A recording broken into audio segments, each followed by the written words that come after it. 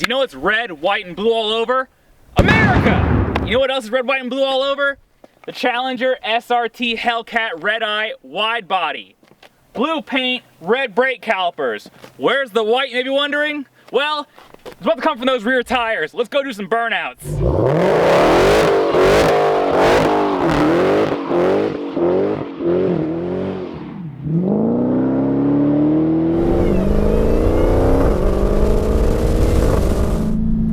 So what is this car? Long name I know, but the 2019 Dodge Challenger SRT Hellcat Redeye Widebody is actually exactly what the name implies. So it's an SRT Challenger, means there's a big V8 engine under the hood, 6.4 liters to be exact. Hellcat, supercharged. Now normally, the Hellcat is 707 or 717 horsepower depending on the model year. Of course, with the advent of the Dodge Demon, all the car enthusiasts, all the Dodge enthusiasts out there knew there was more potential from that supercharged V8 engine. So with the Redeye package, they've kind of bridged the gap between the standard Hellcat and the Dodge Demon, which had 840 horsepower, I believe, and was a track drag pack special. So, ooh, it sounds good. Instead of 707 or 717 horsepower from the Hellcat, you get 797 horsepower thanks to a perfect blend of Hellcat and Demon speed parts. The biggest thing going on under the hood for that supercharged V8 engine is what Dodge calls the chiller, which is this really cool system that basically uses the AC refrigerant to cool the supercharger intercooler. Now that lowers your intake temperatures and allows them to run a more advanced timing pattern and a more aggressive boost curve. Additionally, if I'm not mistaken, this actually has the slightly larger supercharger off the Dodge Demon. Of course, putting 797 horsepower down to the ground in a street car is a big ask.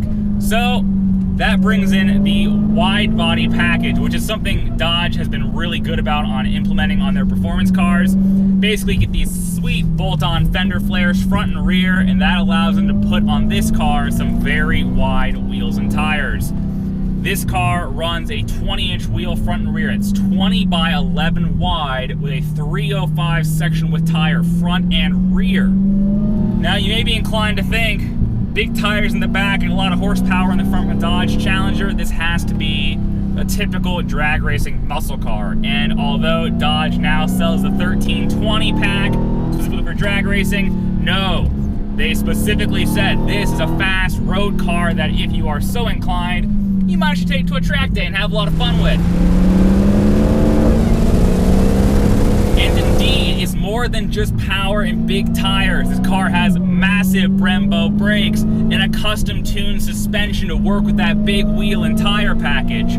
So this car uses adaptive dampers, which are excellent for a road car.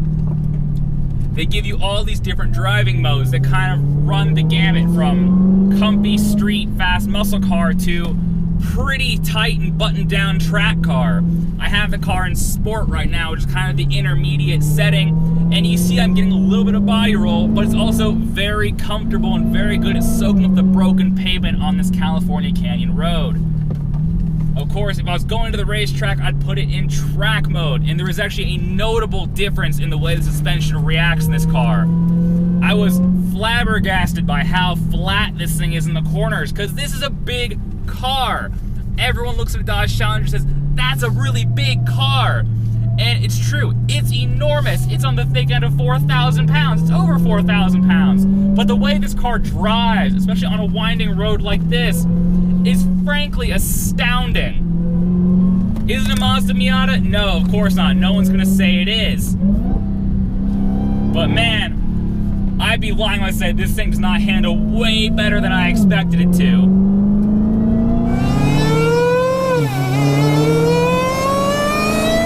Now, of course, it's also a prolific tire slayer. If you want to go out and do burnouts, it's all too happy to do that, as you saw.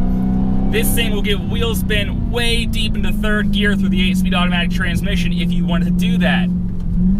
But if you want it to be a hooked up sporting car you can take to your local canyon road and absolutely rip it, it will do that too. Look at that, third gear, puts the power down really nicely. And honestly, for a 4,000 pound anything, this should not be as agile as it is. Look at that. Dead hooked up out of a tight corner in second gear. Are you kidding me? With 797 horsepower in a Dodge Challenger. The way this thing handles is truly impressive. Though I know if you're watching, you're not gonna believe me because I read the comments. You never believe these things handle as well as they do, but it does. It really does. And that's not just the horsepower getting to me and swaying me up. Oh, though it is really good. That's a lot of power.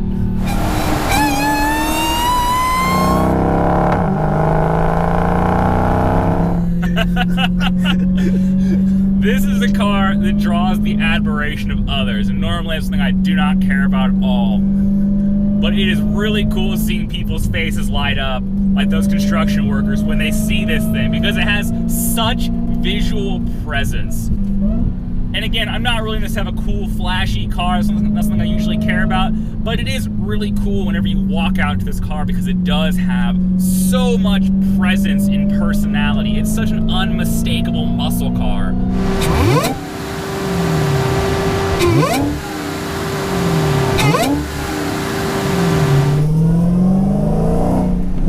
Right there, there's that sensation of what? Right as a supercharger kind of lean into it. Right there, you kind of get that whir and that whine that does seem to be missing from cars like Chevy's Supercharged V8s, which is a great engine in like the CL1 and the CR1. Oh, that was a good one. Oh, there we go, folks. Right there. It's a shriek. It transitions from a sort of orchestral sound to a shriek from the supercharger. And then the exhaust note carries on.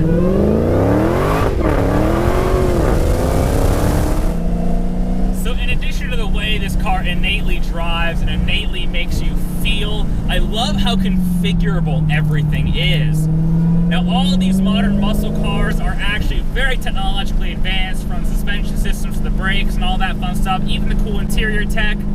But I really like what Dodge has done here with the Challenger. Now, behind the camera, and I'll cut to a shot of this, but there's a screen called the SRT screen where everything about this car from the driver's perspective is almost infinitely configurable. They have these performance pages that give you the basic driving modes: track, sport, custom, and auto.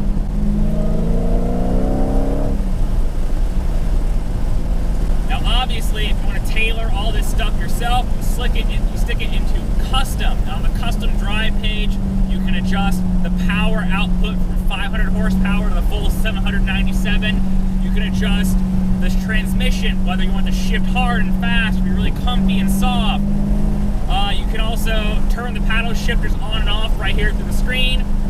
The traction control is adjustable between street, race, track, or just off, which is how you do those great burnouts. And then there's, of course, the adaptive suspension, which also has street, sport, and track modes, as well as, last but not least, the thing I really want to talk to you about is the power steering. Now, I'm guessing this is an electric power steering system because it is also adjustable. Right now, I have it in street mode. And it's rather pleasant. It's quite light, which is not uncommon when you try and stick really wide wheels and tires in the front of a car. It kind of lightens up the initial turn-in steering sensation. It's just that leverage on the steering rack. But I'm really surprised how communicative the steering is. You really would not think that something like a big old Dodge Challenger with some 305s on it is gonna feel as connected and nimble as it really is. I'm really surprised by that. It does have a certain immediacy to the turn-in that you just would not expect from a car like this. And I'm sorry, there was a long straightaway. I have to. Oh! Oh!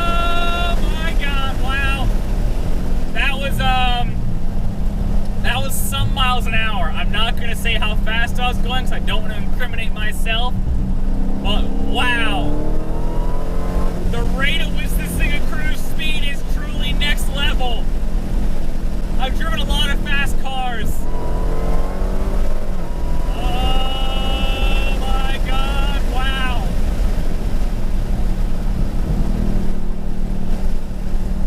Wow, wow, wow. Sorry, windows down for the buffeting. I have to hear the supercharger and the exhaust note.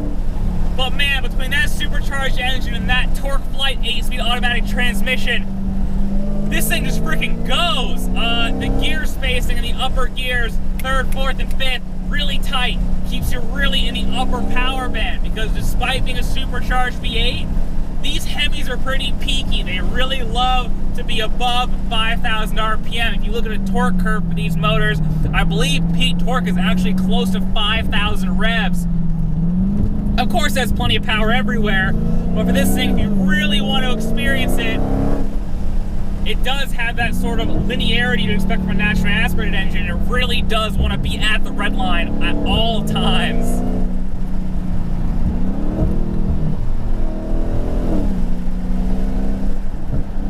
Oh, the exhaust note.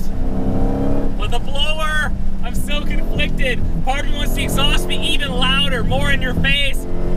But the other part of me knows that the trade-off is you get all that great blower noise. And when you buy a supercharged V8, isn't that what you want?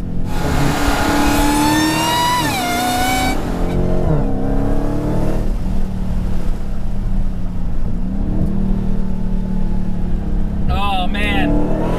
Oh, that was a good one. Got there right on that 2nd to 3rd upshift. Oh, there it is again. Oh, there it is again to 4th. Oh, man.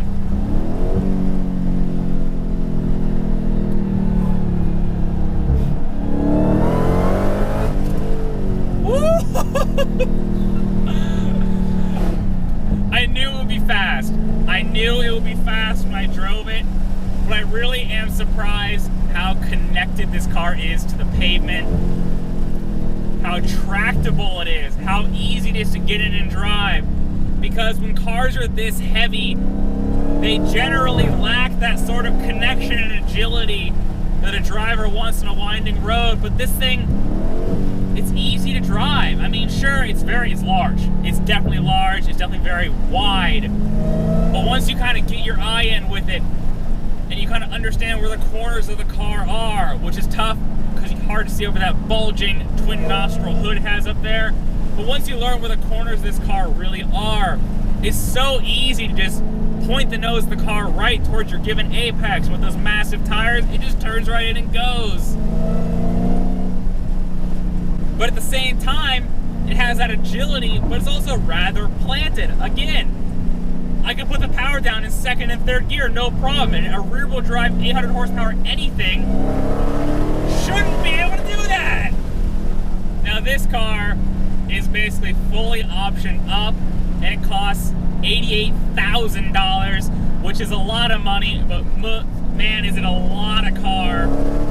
Sorry, it's actually tough for me to talk, because although it's very easy to drive, as it were, it's still an 800 horsepower Dodge Challenger. It's still absolutely insane.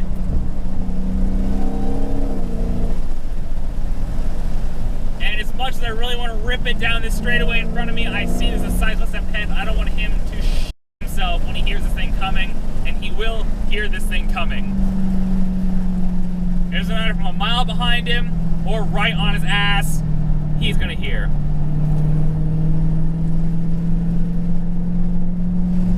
And I've actually gone partially deaf. I can no longer hear out of my right ear. I'm not kidding.